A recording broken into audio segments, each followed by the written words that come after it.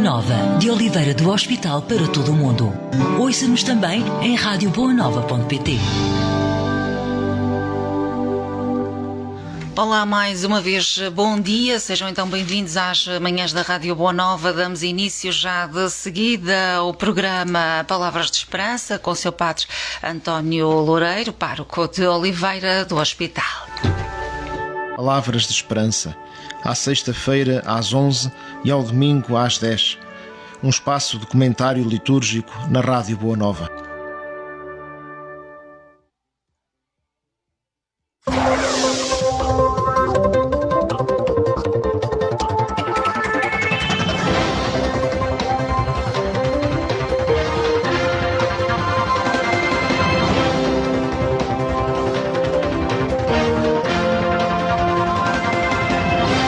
Agora sim, damos então início ao programa Palavras de Esperança na Rádio Boa Nova com o seu padre António Loureiro, pároco de Oliveira do Hospital. Que saúde nesta altura.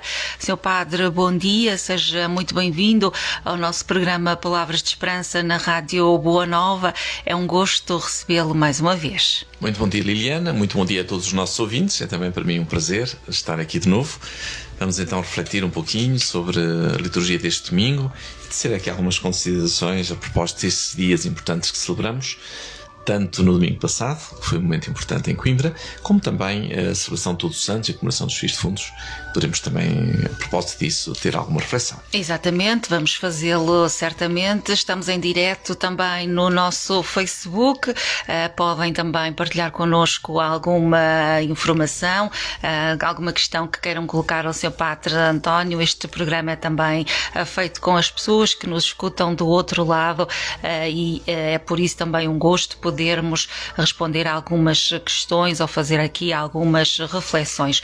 A seu padre, antes de olharmos propriamente para a liturgia de domingo e também para as celebrações que se aproximam, recuamos ao domingo passado, julgo que foi no domingo, em que houve o primeiro grande momento a caminho para a Jornada Mundial da Juventude, com a entrega dos ícones, julgo que é assim, dos símbolos dos cotes territoriais. Portanto, também o cote Jolitá, não é, de Oliveira do Hospital e Tábua esteve presente.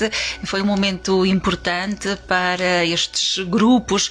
Na Diocese são 21. Exatamente, temos 21 cotes, mas foi um momento muito importante. Aliás, quando falaram no cote de Jolitá, houve-se assim desde o fundo, sim, um som de todos estavam lá. O que quer dizer que estavam bem presentes, bem representada, não é? Pois foi uma celebração muito agradável, presidida pelo Sr. Dom Américo Aguiar, que é o presidente da Fundação da Jornada Mundial da Juventude, o responsável pela organização das jornadas, e que veio a Coimbra, e foi muito bonito porque ele disse que foi o primeiro grande momento da Jornada Mundial da Juventude 2023. Foi o primeiro... No país. Sim. Portanto, foi a primeira vez que ele teve uma celebração cheia de jovens e que apontam para este que vai ser a Jornada Mundial da Juventude. Ele estava bastante satisfeito. E também dizer, já agora, referir alguns pontos que ele referiu na homilia que me pareceram muito interessantes. Por lugar, dizia que dos 8 aos 80 anos, dos 8 aos 80, todos têm alguma coisa para fazer para que isto corra bem. Muito Portanto, bem. Então toda a gente É chamada a participar, exatamente, não é? De um modo ou do outro, todos estamos dentro deste espírito da Jornada Mundial da Juventude. Mas depois houve lá uma reflexão que ele me pareceu muito interessante. Uma frase que ele disse foi esta: querer diferente fazendo o mesmo é insanidade. Quer dizer, eu querer algo diferente, mas faço sempre o mesmo, então é impossível. Portanto, há aqui um apelo à mudança. Ora não é? bem, ora aí é que está a coisa. E isso é que é o grande desafio. Portanto, ele dizia assim: é tempo para rasgar com a pastoral da manutenção e os costumes. Para ser diferente, fazer algo diferente, não é? E então temos este grande desafio. Portanto, há coisas diferentes que temos que fazer.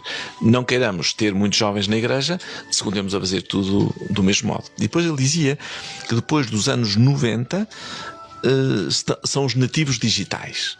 Ou seja, e ele faz esta pergunta: como conquistar estes jovens para Cristo? O pessoal, a juventude, as crianças, os jovens, do telemóvel, do computador, do Facebook, que estão ali sempre. Isto é algo novo, não existia, nunca tinha existido. Mas à qual a Igreja tem que se adaptar. E à qual temos que nos adaptar. E então temos que ser diferentes, fazer coisas diferentes. E depois, como cativar estes jovens para Cristo? Porque Cristo é o mesmo para todos. Então temos que reinventar-nos para poder efetivamente anunciar a boa nova a estas novas gerações que têm o mesmo ardor por conhecer o Senhor, mas que tem que ser com algo diferente, linguagem diferente, como já o Papa São João Paulo II dizia, novas expressões, novos métodos, novo ardor. Então a Jornada Mundial da Juventude vem justamente ao encontro deste desejo de fazer diferente para cativar os jovens que também são algo diferentes.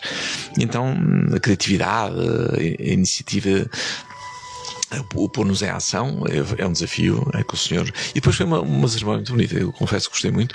O coro era assim um coro jovem, mas muito organizado. Foi uma estreia também desse coro. Exatamente, temos também aqui alguns representantes, o do Padre João Paulo Vaz animou, ou dirigia. Depois foi uma celebração assim muito descontraída, muito até com graça, muito comunicativo, o Sr. Bispo. Olha, foi muito agradável. Senti-me assim nos meus tempos de juventude, como eu participava em ações juvenis e com muita alegria. A juventude está no espírito, Sr. Padre. Exatamente, não é exatamente.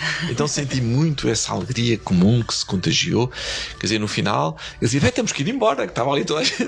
Ninguém queria arrelar pé. Já acabou. Foi muito agradável. Assim, portanto, muito... Sr. Padre, o que é que o Cote Jolitá trouxe então para cá? Portanto, foi entregue o símbolo, não é? Portanto, o que se fez foi o símbolo da Jornada Mundial da Juventude com o nome do Cote Jolitá. Muito bem. E cada cote teve o seu próprio símbolo. Portanto, é um elemento identificativo, não é? É um elemento identificativo que também estará presente em alguns acontecimentos. No fundo é a presença da jornada que naquele símbolo nos identificamos com este estar a caminho para a jornada. Portanto, basicamente é isso. É um símbolo que é, portanto, é o símbolo da jornada que tem lá escrito Cote Jolitá. Agora cada cote terá que dinamizar, não é, as suas iniciativas, como é que vai funcionar? Exatamente. Porque agora temos aqui 2 anos para pôr-nos muito em ação. E dizer também que o nosso cote aqui do Oliveira do Hospital de Tábua parece-me que é dos mais ativos neste momento. Portanto, estamos na linha da frente, digamos assim. Parabéns aos seus dinamizadores, exatamente, não é? Que a nível de Oliveira do Hospital é a Marta Vieira. A Marta Vieira, não é? que tem sido incansável e com muita perspicácia, muita sensibilidade, capacidade de pôr toda a gente a trabalhar para o mesmo fim, de fazer com que todos se entendam bem, que é muito importante. E depois sempre com pequenas iniciativas e que tem dinamizado muito bem. Parabéns também. Parabéns e a todos os outros que estão também neste dinamismo. Daqui por diante vamos continuar a falar também da Jornada Mundial da Juventude. Já temos vindo a falar e também propriamente de iniciativas que venham a acontecer por parte do Cote Jolitá. Portanto, este será um assunto recorrente aqui. Sim, agora na Rádio Boa Nova. Diria que todas as semanas devíamos falar na jornada. Claro que sim, claro que sim. Sr. Pá, também prossegue a caminhada Rise Up, à iniciativa no próximo sábado. Exatamente, tínhamos previsto. A Rise Up é a pastoral que se propõe para aqueles que já fizeram o Crisma. Portanto, seria formar grupos de jovem de preparação para a Jornada Mundial da Juventude. E o desígnio era que, se fôssemos capazes de concretizar um modelo que depois também pudesse continuar como possibilidade de renovação da pastoral juvenil. Então aqui nas nossas paróquias tínhamos combinado ou programado para este sábado, uma caminhada. Seria participar na Eucaristia às 18 horas, depois uma caminhada. Entretanto, o tempo está assim um bocadinho... Pois este fim de semana a situação está grave. Olha, se fosse como hoje de manhã, era encantador. Vamos ver o que é que vai dar. Portanto, a questão é se convidamos todos os jovens a vir, mesmo que esteja a chover, que venham na mesma, porque se não tivermos a possibilidade de fazer a caminhada, teremos um encontro no nosso centro catequético. Temos ali a possibilidade de todos conviver um pouquinho. Há um programa alternativo e que diria que será um encontro de alegria, de juventude, de festa, para todos nos motivarmos para podermos dar início então a esta caminhada Rise Up. Convidados os jovens, aqueles que já fizeram o Crisma e aqueles que se vão crismar este ano. Portanto, e também todos estes estão já a ser mobilizados para a Jornada Mundial da Juventude. Exatamente. Portanto, há aqui todo um trabalho de envolvimento. Essa é a finalidade, não é? Portanto, temos a caminhada CIS que vai até o 10º ano. Do 10º ano para a frente temos então a caminhada Rise Up, a proposta Rise Up. Vamos ver se conseguimos que também os nossos jovens, além das muitas ocupações que já têm, poder ter também um momento de reunião. Até é interessante, porque o horário escolhido foi antes de jantar. Portanto, será um bocadinho no fim da tarde. E me parece que é bom, porque assim também tem a noite depois para o que precisarem. E tem um momento de encontro, de partilha, de convivência, que vai ser muito importante. Muito bem. todos os nossos jovens do 10º ano para a frente possam estar presentes nesta caminhada na Igreja de Oveia do Hospital este sábado às 18 horas. 18 horas. Ainda a propósito da Jornada Mundial da Juventude, Sr. Padre, vai haver uma celebração em Pombal no dia 21 de novembro. Exatamente, é a festa de Cristo Rei. O Papa quis que a Jornada Mundial da Juventude, que anteriormente se celebrava a nível nacional, a nível diocesano, portanto, a nível diocesano, se celebrava no Domingo de Ramos, o Papa quis que mudasse para a festa de Cristo Rei. Pronto, então vamos ter então neste domingo Cristo Rei em Pombal, e também queremos ver se podemos participar. Então aqui já todos podem ir, também os CIS, toda a gente pode ir, e então vamos ver se até conseguimos organizar algum transporte para que tenhamos lá uma representação significativa. Pronto, e quem quiser ir também para os seus meios, espera-se também assim um momento grande, já que tivemos um lançamento em Coimbra tão bonito, oxalá também seja um momento também festivo e de alegria e de jovens estarem uns com os outros, que será assim um contágio de vitalidade que é muito agradável. Bem, agora o patamar já está, a fasquia já está elevada, não podem baixar. Portanto, a mobilização já não pode ser menor, não é? Não pode ser. Já está assim. Portanto, só com tendência a aumentar e não regredir. Exatamente. Sr. Padre, então, aproximamos-nos do Dia de Todos os Santos e da comemoração dos fiéis defuntos e também a habitual bênção dos cemitérios. Estas são datas importantes, com grande sentimento por parte das famílias. Também é a altura em que muitas pessoas regressam à sua terra nesta altura para visitar as sepulturas dos seus entes queridos. De que forma é que também a Igreja vai proporcionar estes dias? Pronto, então o dia 1 é dia santo, portanto é um dia de feriado, digamos assim. Então teremos, e depois do dia 2 é a comemoração dos fiéis defuntos, que é o dia de ir ao cemitério propriamente, mas pronto, pela facilidade, acaba por ser mais no dia 1 que se faz também. Por vezes há uma confusão e não se percebe muito bem a diferença do dia 1 para o dia 2. Portanto, o dia 1 é todos os santos. Na teologia cristã serão todos aqueles que estão no céu. Portanto, todos aqueles que estão salvos, digamos assim, que têm na plenitude da redenção. Que são os santos canonizados e depois todos aqueles que também são santos, mas que a Igreja não reconheceu oficialmente como tal. Portanto, todas as pessoas que viveram de modo digno, ou a quem receberam a misericórdia de Deus e a quem Deus concedeu o dom da vida eterna na plenitude, a plenitude da redenção. Muito bem. Pronto, há muitas pessoas, portanto, os santos canonizados são alguns exemplos que a Igreja reconheceu como exemplar e depois de alguma análise declarou santos, portanto diz que efetivamente estão no céu, digamos assim. Mas todos os santos são todos aqueles desconhecidos, não reconhecidos oficialmente, mas que efetivamente também participam dessa bem-aventurança. Esperemos que seja a maioria dos nossos defuntos. É isso que nós acreditamos, exatamente. Que os nossos... E espero um dia também poder ser celebrado no dia de Todos os Santos. Os fiéis defuntos recorda aqueles que já faleceram, portanto todos aqueles que já partiram. Para os que partiram, e há uma etapa, digamos assim, ou uma derradeira possibilidade de salvação que se chama purgatório. Portanto, é um tempo de purificação. Porque no céu só pode existir amor puro. Se eu na minha vida não me transformei em amor puro, necessito de uma purificação final. Isso é o dom do purgatório. Então, todos os santos falam um bocadinho desta purificação final, desta expectativa de que o céu é para todos. E é importante a nossa oração para todas estas... É a nossa oração. Então, a tradição da Igreja diz isso. Nós podemos rezar pelos defuntos, e os defuntos, os fiéis defuntos também rezam por nós, intercedem por nós, porque já estão com, digamos assim, o prémio do céu garantidos, vão para o céu. Mas há este tempo de purificação. Depois falamos em termos temporais. O tempo na eternidade não é como o nosso tempo. Portanto, eu não posso dizer se antigamente isso era de quanto tempo que estão no purgatório. Isso não sei. Sei é que é uma etapa de purificação. O tempo é outra dimensão. Portanto, interessante é que nós rezamos por aqueles que já partiram, e esses que no purgatório, os defuntos também podem interceder por nós. Situação diferente seria aqueles a quem teriam um fracasso total e definitivo, que seria o inferno. O inferno seria, portanto, a separação radical e definitiva de Deus e dos irmãos. Portanto, seria o fracasso definitivo da existência humana, que estariam afastados para sempre de Deus. Seria um inferno, seria um estado depressivo terrível e permanente. Portanto, a nossa expectativa é que a misericórdia de Deus a todos possa salvar. Portanto, é importante que celebremos estes dias, não é? O Dia de Todos os Santos e o Dia dos Fiéis Defuntos. Há também esta caminhada aos cemitérios, colocação de flores, alindamento das campas, não é? E depois as velas. A vela é muito importante, o acender da luz. E tudo isto é importância em que recordamos os defuntos e consolamos os vivos. Tudo isto tem a ver mais com os vivos. Não é? O defunto, pronto, estar a campo infectado ou não, já foi, o que era já foi. Para o defunto, digamos assim, nesse sentido, é útil a oração. O resto é aquilo que é a nossa memória, o nosso carinho, o nosso uma forma de demonstrar que os Exatamente. recordamos. Portanto, eu diria que toda essa dimensão tem muito a ver com a nossa memória, com o nosso carinho, com o nosso amor ao defunto, com o nosso querer honrar o defunto. Muito bem. E então tudo o que é este gesto exterior tem a ver com isso. Portanto, a oração é o mais importante, Sr. Padre. E a luz? Ouço falar muito de que é importante acender a vela, acender uma luz. Que importância tem? Tem para aquele que acende. Portanto, no fundo, o que é?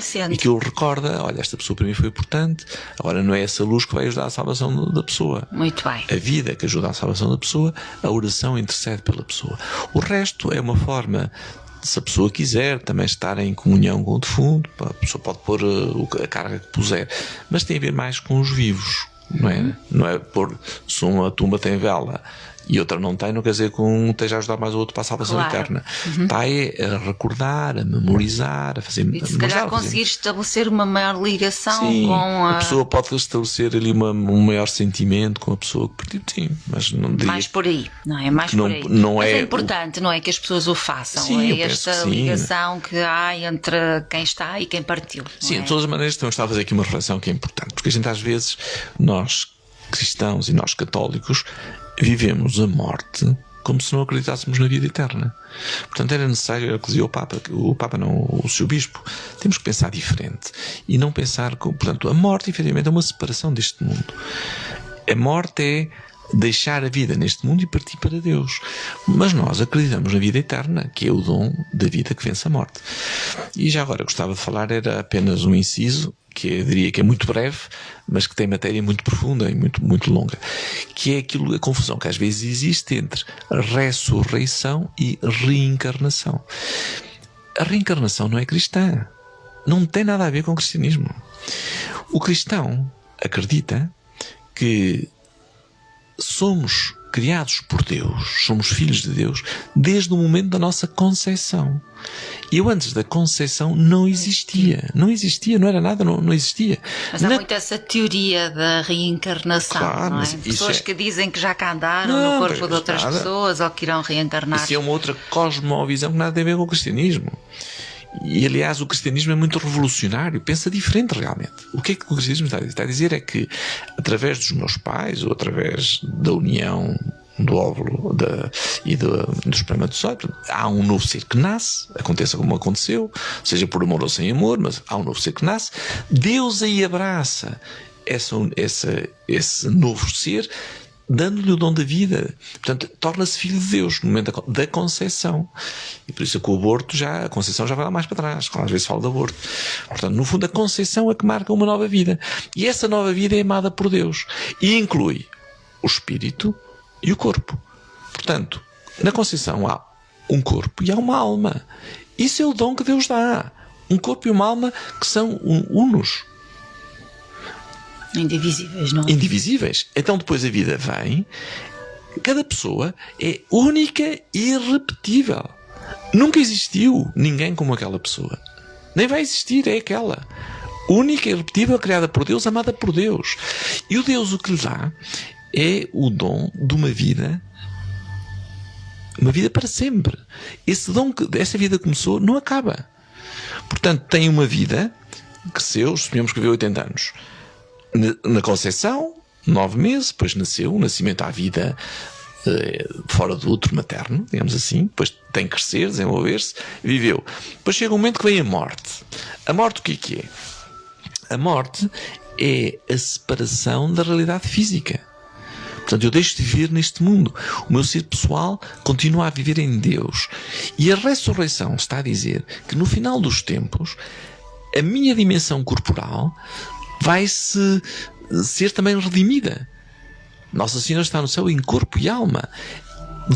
Um corpo transformado, com certeza, mas que fala da minha identidade corporal, quase material. Portanto, a matéria corporal, o corpo, é santo, é consagrado a Deus, faz parte. Deus também redime o corpo. Jesus ressuscitou no seu corpo. Portanto, nós também ressuscitaremos no final dos tempos no nosso corpo. Não é com a materialidade que temos agora, um corpo espiritual transformado, mas que fala da minha identidade corporal, daquilo que eu sou, separado de todos os outros.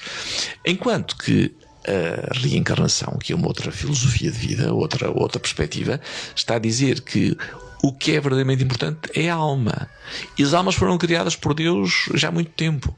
E essas almas andam por aí a saltar de corpo em corpo. Portanto, eu sou a minha alma, não sou o meu corpo. Não, cristão não. Eu sou o corpo e a alma. Muito bem. O corpo é santo. Para quem pensa na reencarnação, o corpo é um meio para uma purificação espiritual. Para o cristão, a purificação espiritual é do corpo e da alma sempre juntos. E por isso o cristão não pode desprezar o seu corpo. Tem que cuidar do corpo. Não pode matar o seu corpo, porque não tem autoridade sobre o corpo, porque é um dom de Deus, pertence a Deus. Pronto, então é só por dizer que às vezes, portanto, toda a divulgação de pensamento de índole mais oriental, ou já Platão, está a ver Platão, já tinha este pensamento da reencarnação. O cristão não, o cristão é criação. Cada ser, cada pessoa é criada diretamente por Deus. Muito bem. Portanto, isto também para chegarmos a esta ideia de que a morte não é o fim. Exatamente. O que é a morte? Então a morte é um segundo nascimento. Eu nasci, deixei o útero materno, nasci para este mundo. A morte é um segundo nascimento em que eu deixo este mundo e nasço para a vida eterna. É como um novo útero que me leva à eternidade. Mas continua a ser sempre eu. Eu que fui concebido, sou o mesmo que nasci aos 9 meses, sou o mesmo que vou morrer aos 80, ou quando for, ou aos 5, ou aos 100, e sou o mesmo que depois nasce para a vida eterna. Sou sempre o mesmo. Nunca mudo, sou eu sempre. Eu, o que é que quer dizer? Eu, com a minha vida, com as minhas características, com as minhas paixões, com os meus gostos, com a minha inteligência, com a minha capacidade de amar, o meu ser pessoal, como eu sou sempre o mesmo. Diferente de todos os outros. Portanto, e depois a ressurreição fala da plenitude dos tempos, em que também na eternidade participará a minha dimensão material que tenho nesta existência. Pronto, então, isto é muito libertador, é muito libertador. Aquele que acredita na vida eterna não teme a morte. Ou vê a morte como uma passagem. Não é como um desaparecimento, não é como aquela saudade que já... Não. Mas deixa de estar connosco. Deixa não é? de estar no mundo físico, mas está no mundo... Portanto, a Igreja, no credo, também tem uma coisa muito bonita que se chama comunhão dos santos. Quer dizer, aqueles que vivem neste mundo e que eles estão na eternidade, vivem numa comunhão de amor. Não é uma separação radical. Depois já a não eternidade, Sr. Padre, é longe de nós, portanto, nós não sentimos a pessoa que parte, ou sentimos? Pois essa é que é a questão. Portanto, a comunicação entre o eterno e o temporal é através da comunhão dos santos. Portanto, há um amor que se continua, que prevalece, mas que entra na dimensão do divino, em que já não há o eu-tu da mesma maneira, mas há o eu-tu nessa participação, nessa nova dimensão, que é os santos, todos os santos, aquilo que falávamos no início, em que eu entro em comunhão com eles, já não tanto como se fosse só meu, mas que há a comunhão de amor com todos. Portanto, a relação pessoal e judia casam-se neste mundo, depois já não se casam nem se casarão. Há uma dimensão diferente, mas que se mantém a relação pessoal, mas participando numa comunhão de amor. Portanto, algo espiritual. Portanto, implica aí um bocadinho de reflexão. Claro. Mas dizer então isso sim, que o cristão não vê a morte como o desaparecimento, o fracasso total e definitivo. Não. É um novo nascimento, é algo que vem depois, mas que de algum modo já nesta vida se pode ir saboreando. Portanto, a relação com os mortos não é de falar, em que ele tem que me dizer o que precisa para que as boas pessoas tenham esta coisa, de me dizer não, confio em Deus, está nas mãos de Deus, Deus é que sabe, Deus cuida, e eu tenho uma relação de amor também pessoal, mas já não material da mesma maneira, porque pertence à eternidade. Muito bem. À dimensão física, à dimensão da vida espiritual. Sr. Padre, obrigada por estes esclarecimentos. Agradeço da minha parte e certamente também quem nos está a escutar gosta de saber um pouco mais sobre estes assuntos, mas o que é certo é que já levámos aqui boa parte do nosso programa. Vamos agora olhar para a liturgia, vamos ter que ser um bocadinho mais sucintos. Já agora também cumprimentar um seguidor, Jorge Ribeiro, que nos diz bom dia, deseja-nos uma boa sexta-feira, portanto está também a acompanhar o nosso programa Palavras de Esperança. Sr. Padre, temos então o 31º domingo do tempo comum, temos na primeira leitura do livro do Deuterónimo esta mensagem de escuta Israel, centro do credo de Israel, portanto aqui também esta mensagem de que Deus é o único Senhor e que devemos amar com todo o coração. Exatamente, então nesta leitura do livro do Deuteronômio, portanto que é um livro do Antigo Testamento em que resume toda a lei, aparece justamente no capítulo 6, versículo 4, aquilo que é o credo de Israel, aquilo que Israel reza, aquilo que é a fé de Israel, que é: escuta Israel, o Senhor é o Senhor é o nosso Deus e o Senhor é uno. Até há um canto muito bonito de Kiko Arguelho que tem este tema mesmo na língua original: Shema Israel, Adonai Elohim, Adonai Eav. Está a dizer: escuta Israel, o Senhor é o nosso Deus, o Senhor é uno, só há um Deus.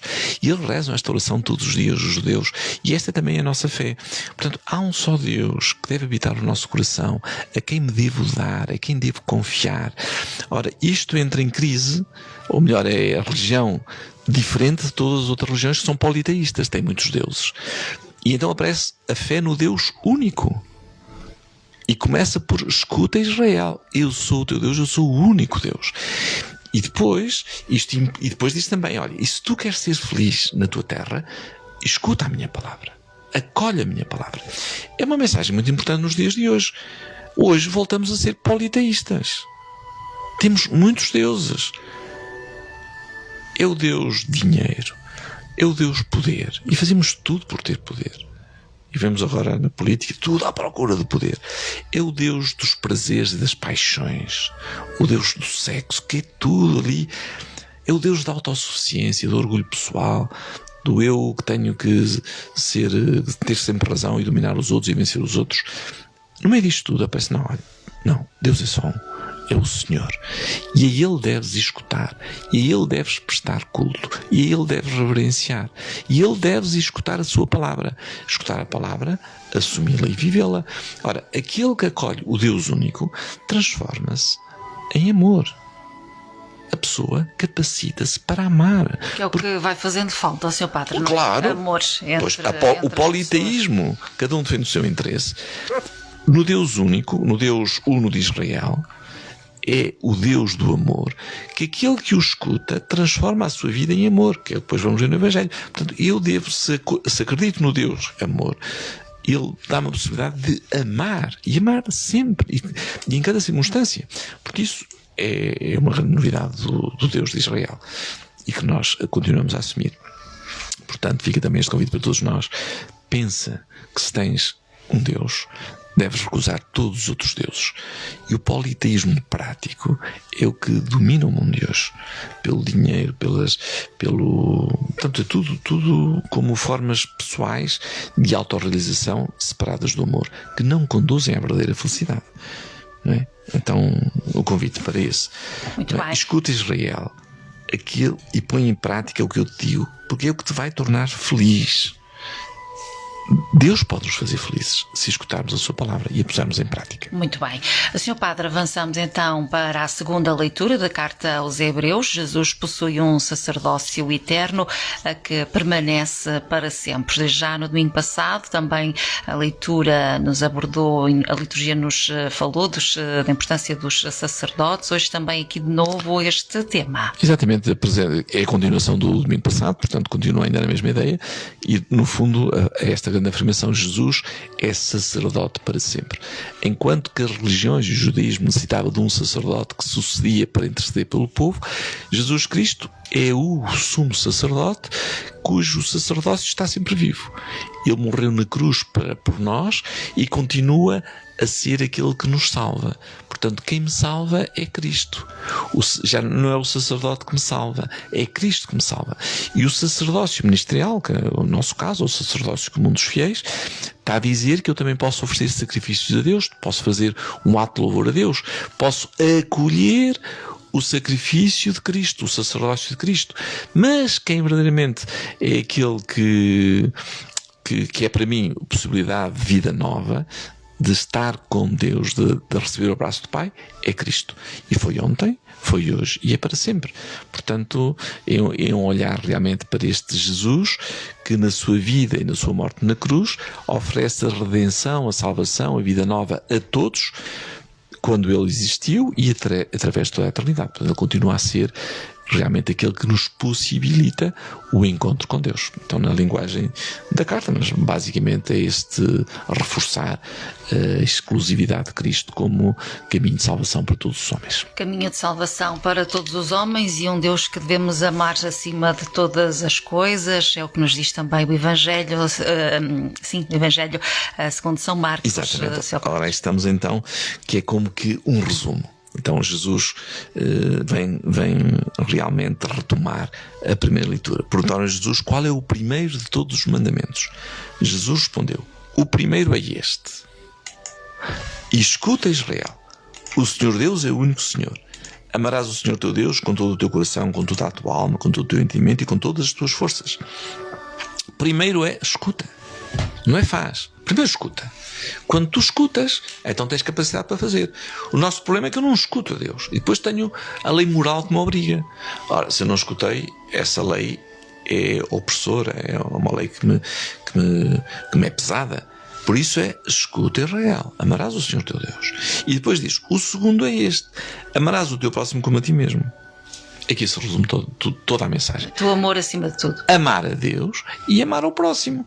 Aquele que tem a fé em Deus, no Deus cristão, por isso é que eu dizia há bocadinho, o próprio é amar. Escuta. Quando eu escuto, a palavra entra dentro de mim e transforma-se em vida. É viva dentro de mim. E possibilita-me praticar aquilo que escuto. Dá-me força, dá-me energia, dá-me luz. Então, escuta, Israel. Escuta, Antónia. Amarás o Senhor teu Deus e amarás o teu próximo. O que é que eu tenho que fazer? Olha, preocupar-me em amar a Deus acima de todas as coisas e amar ao próximo como a ti mesmo. Mas amar ao próximo tem depois ver o que quer dizer. Depois Jesus vai fazer a parábola do bom samaritano. O que é amar o próximo? É que eu ponho o outro à frente do meu interesse, como fez Jesus. E a minha alegria é o bem do outro, seja ele qual for. Amar o próximo é que o próximo quer o seu bem. O que eu quero para mim, quero para o meu próximo. E o meu próximo é o que está ao lado de mim, seja ele quem for. Isto é possível quando? Quando eu escuto a palavra de Deus. Deus que faz fazer o sol sobre bons e maus.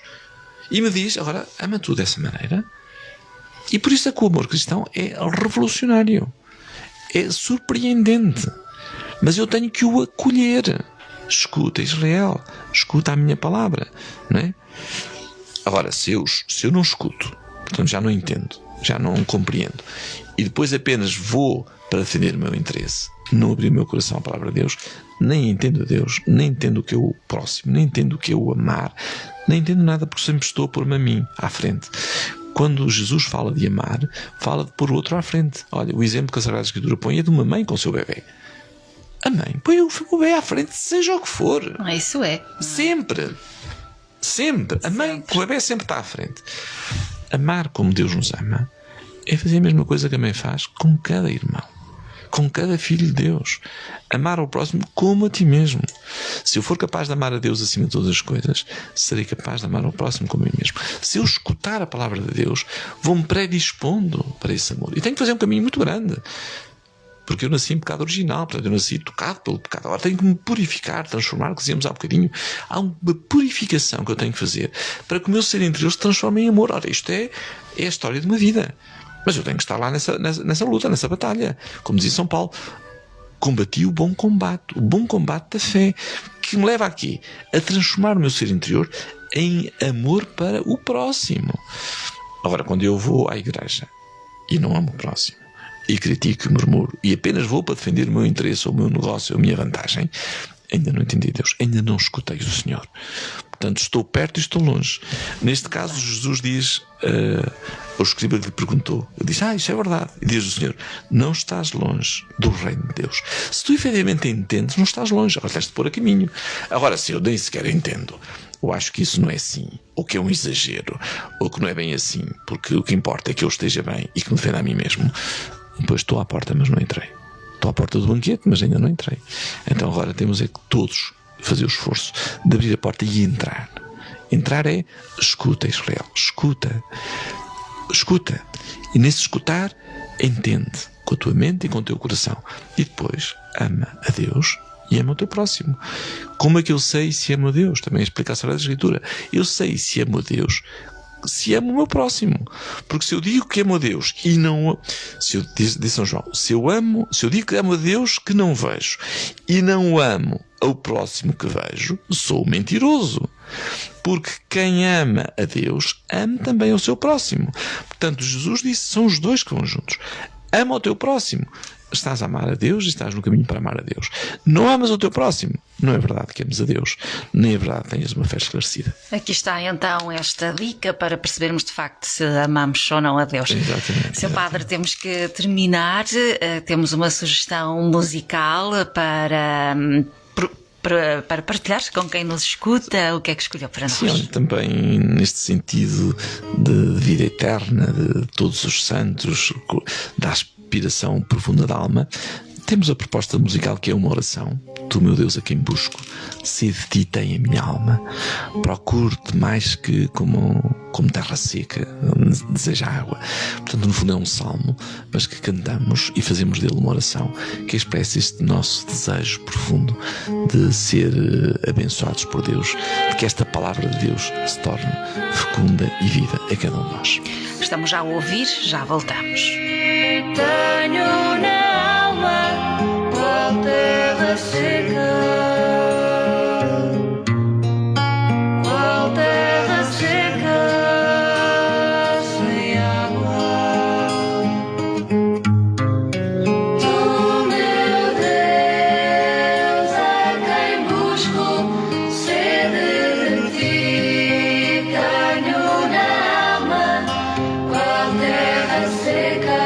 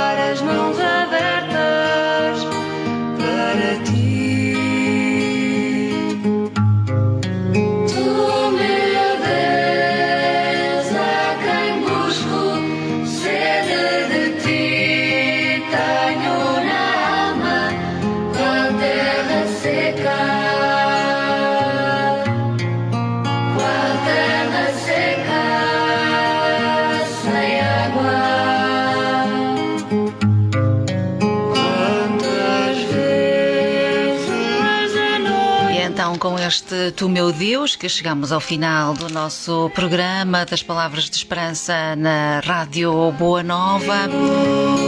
Agradecendo então ao Sr. Padre António Loureiro por ter estado connosco nesta edição. Também agradecer aos que estiveram na nossa companhia em direto através do Facebook, que também manifestaram o gosto por este programa. Jorge Ribeiro, Conceição Pérez, Helena Mendes, Ezequiel Nogueira, também a Unidade Pastoral de Oliveira do Hospital e a nossa querida Marta Vieira, que já falámos aqui também neste programa. Sr. Padre, muito obrigada pela sua presença. Regressamos num próximo programa das Palavras de Esperança. Muito obrigado também a Liliana, a todos os nossos ouvintes. Eu deixava apenas uma palavra final de advertência, digamos assim, o chamamento ao cuidado. O Covid está de novo a tentar ameaçar-nos. Portanto, estas celebrações de Todos os Santos, Fios de Fundos, da bênção nos cemitérios, costuma juntar muita gente que às vezes vem de fora, e se calhar era melhor talvez evitar que estes ajuntamentos de pessoas muito, muito distantes que aconteçam ao mesmo tempo. É bom que todos vão ao cemitério, mas na medida possível que eles vêm de fora até estarem em momentos diferentes para evitar, mesmo como precaução, para que esta festividade não se transforme num novo avanço do Covid. Pronto, então, muito obrigado por tudo, que todos possam aproveitar bem e que também possamos experimentar no nosso coração esta sede de Deus, que, digo-vos, penso que é uma das grandes satisfações do homem, é desejar a Deus, amar a Deus, deixar-se tocar pelo amor de Deus. Sr. Padre, muito obrigada pelas suas palavras. Nós terminamos então o nosso programa Palavras de Esperança. Regressamos na próxima semana. Continue com a Rádio Boa Nova.